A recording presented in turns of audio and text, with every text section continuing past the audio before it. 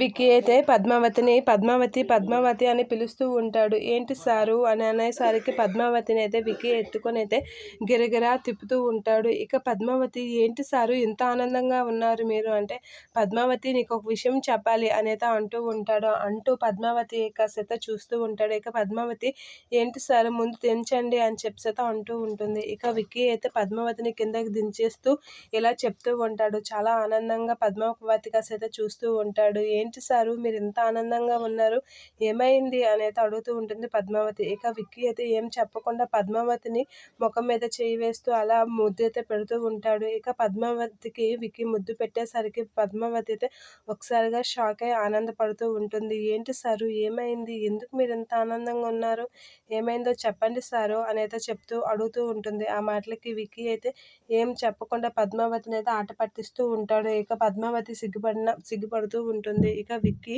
పద్మావతి చేతి పట్టుకొని లాగి హగ్ చేసుకుంటూ ఉంటాడు. ఏంటి సారు చెప్పండి, ఏదో విషయం చెప్తామన్నారు కదా చెప్పండి అని అయితే పద్మావతి అంటూ ఉంటుంది. అదే పద్మావతి చెప్తాను అని చెప్పి పద్మావతితో అయితే చనువుగా ప్రవర్తిస్తూ ఉంటాడు విక్కీ. ఇక పద్మావతి విక్కీ కాస్త చూస్తూ నవ్వుకుంటూ ఉంటుంది. ఇక విక్కీ అయితే పద్మావతికి అలా హగ్ చేసుకొని పద్మావతి కాస్త అయితే చూస్తూ ఉంటాడు. ఇక పద్మావతి కూడా విక్కీ కాసి అలా చూస్తూ చాలా హ్యాపీగా ఒకరినొకరు చూసుకుంటూ అయితే నవ్వుకుంటూ ఉంటారు. ఇక పద్మావతిని ఎత్తుకొని గిరగిరా తిప్పుతూ ఉంటాడు విక్కీ. ఇక అది చూసి పద్మావతి, ఏంటో మా సార్ ఈరోజు ఇంత ఆనందంగా ఉన్నారు అనేది అనుకుంటూ విక్కీ కాస్త చూసుకుని చాలా హ్యాపీగా మురిసిపోతూ ఉంటుంది పద్మావతి.